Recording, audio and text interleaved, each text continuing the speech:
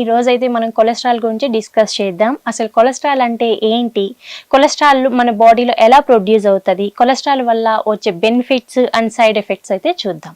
Cholesterol అనేది మన బాడీలో నేచురల్గా లివర్ నుంచి ప్రొడ్యూస్ అవుతుంది. లివర్ నుంచి ప్రొడ్యూస్ అయ్యి గాల్ బ్లాడర్లో స్టోర్ అవుతుంది. కొలెస్ట్రాల్ అనేది మన బాడీలో certain type of hormones like oestrogen, testosterone hormones produce చేయడానికి, సర్టెన్ టైప్ ఆఫ్ న్యూట్రియంట్స్ని బాడీలో ట్రాన్స్ఫర్ చేయడానికి, దీంతో పాటు వైటమిన్ డిని ప్రొడ్యూస్ చేయడానికి కూడా కొలెస్ట్రాల్ అనేది చాలా ఇంపార్టెంట్. కొలెస్ట్రాల్ అనేది 2 టైప్స్గా ఉంటుంది, హెచ్డిఎల్, ఎల్డిఎల్. హెచ్డిఎల్ అంటే హై డెన్సిటీ లిపోప్రోటీన్ అని, అండ్ ఎల్డిఎల్ అంటే లో డెన్సిటీ లిపోప్రోటీన్ అని అంటాం. హెచ్డిఎల్ అంటే గుడ్ కొలెస్ట్రాల్, ఎల్డిఎల్ అంటే బ్యాడ్ కొలెస్ట్రాల్. మళ్ళీ మనకు ఎల్డిఎల్లో 2 టైప్స్ ఉంటాయి, ఎల్డిఎల్ అండ్ విఎల్డిఎల్. విఎల్డిఎల్ అంటే వెరీ లో డెన్సిటీ లిపోప్రోటీన్స్ అని అర్థం.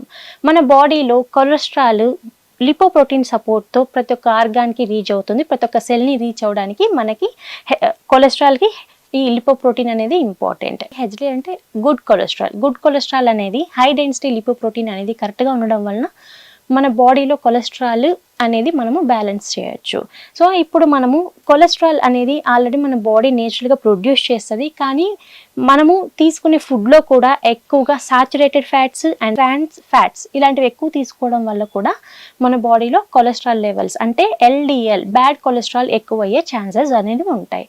ఈ ఎల్డిఎల్ అనేది ఎక్కువగా మన బాడీలో ఉండడం వలన మన బ్లడ్ వెజల్స్లో ప్లేగ్ లాగా ఫామ్ అయిపోయి హార్ట్ ప్రాబ్లమ్స్, హార్ట్ స్ట్రోక్స్ వచ్చే ఛాన్సెస్ ఉంటాయి. సో ఈ ఎల్డిఎల్ని తగ్గించుకోవడానికి మనము హెచ్డిఎల్ అంటే మంచి cholesterol and LDL bad cholesterol రెండింటిని రేషియోలో మెయింటైన్ చేయాలి.